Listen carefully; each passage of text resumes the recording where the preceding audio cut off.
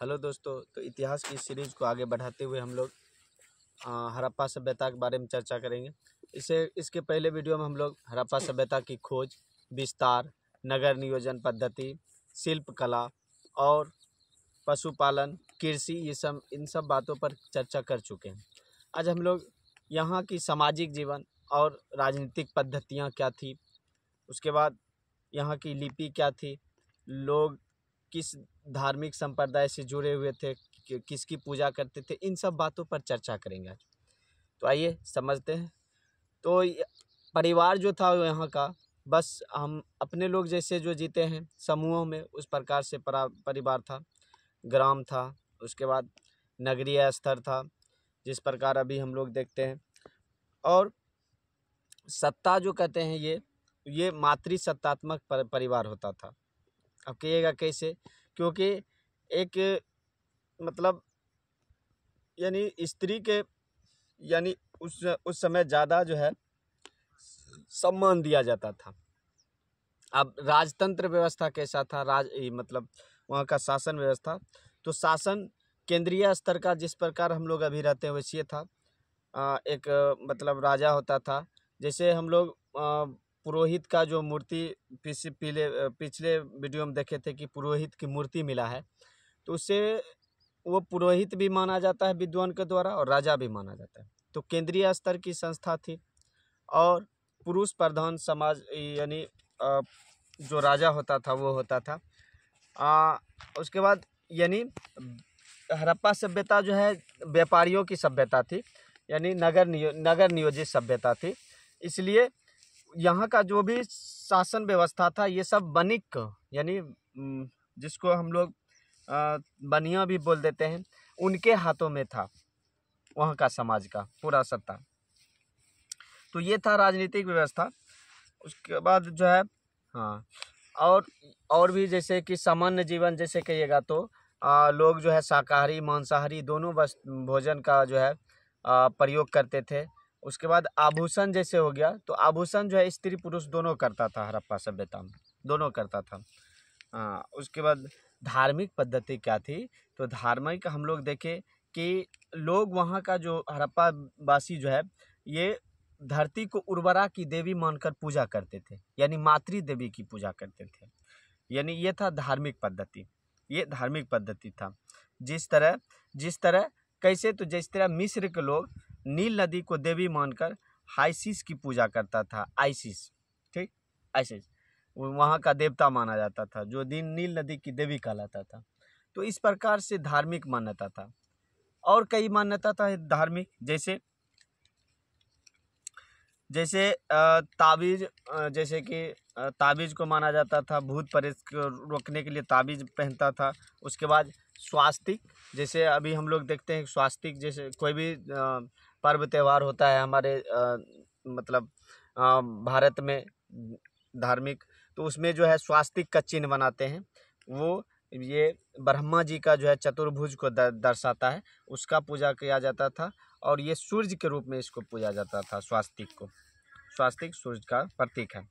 उसके बाद बैल, शिव का वाहन बैल को उसको पूजा जाता था। उसके बाद सिरिंग, शिव के रूप में सिरिंग को पूजा जाता था। तो इस प्रकार से पूजा भी होता था धार्मिक से। उसके बाद पीपल पेड़ का पूजा होता था उस समय भी।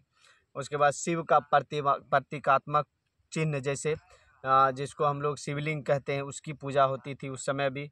तो ये सब धार्मिक पद्धति थी वहाँ का, हड़प्पा सभ्यता का। अब कभी कभी पूछा जाता है कि वहाँ एगो जो है, यानी एक मुहर पर जो है एक पुरोहित को दर्शाया गया है और उसको कहा जाता है कि पुरुष देवता उसको कहा गया है।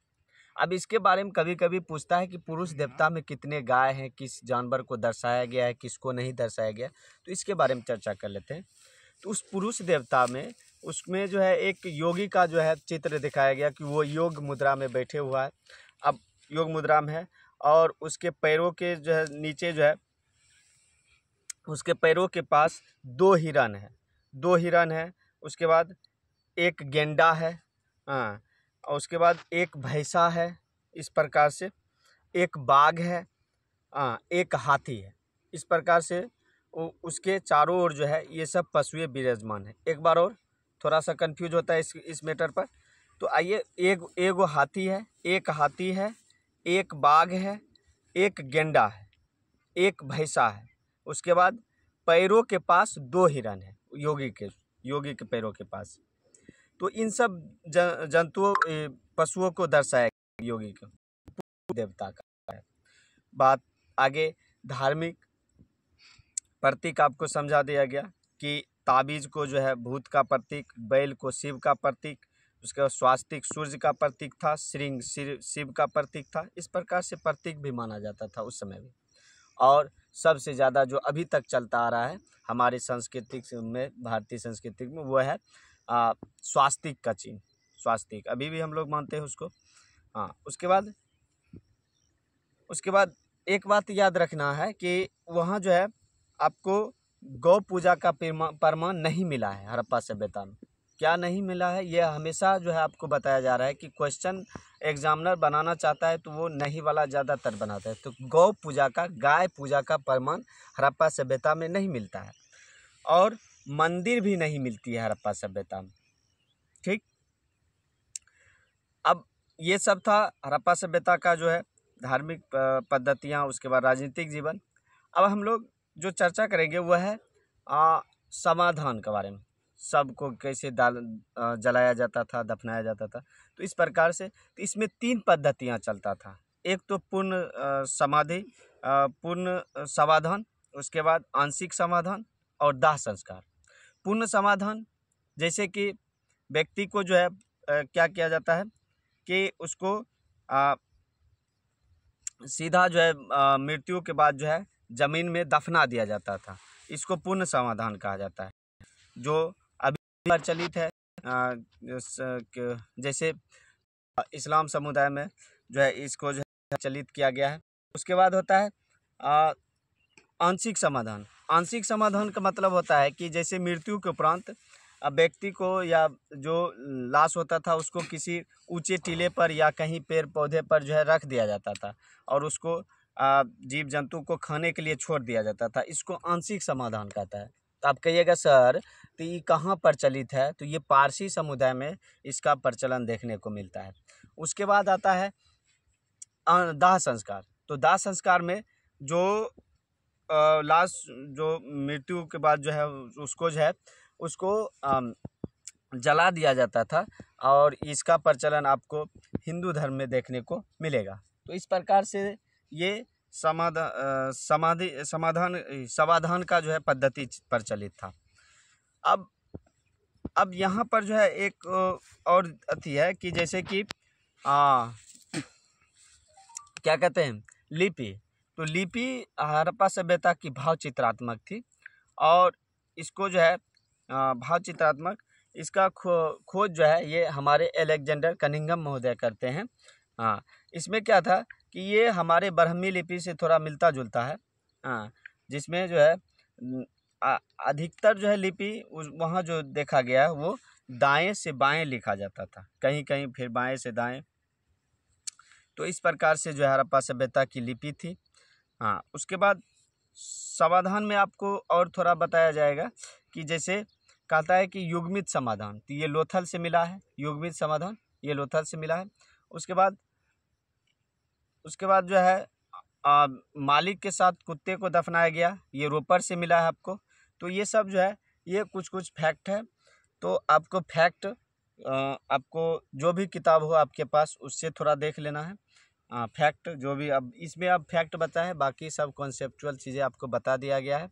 अब हड़प्पा सभ्यता का अंत के बारे में अगर देखा जाए तो अंत जो है इसको कई प्रकार के, जैसे जॉन मार्शल महोदय भूकंप मानते हैं।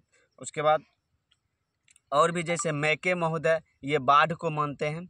तो कई प्रकार से उसके बाद गार्डनर एवं चाइल्ड महोदय जो हैं ये कहते हैं कि आर्यों के आगमन के बाद हड़प्पा सभ्यता का अंत हो गया।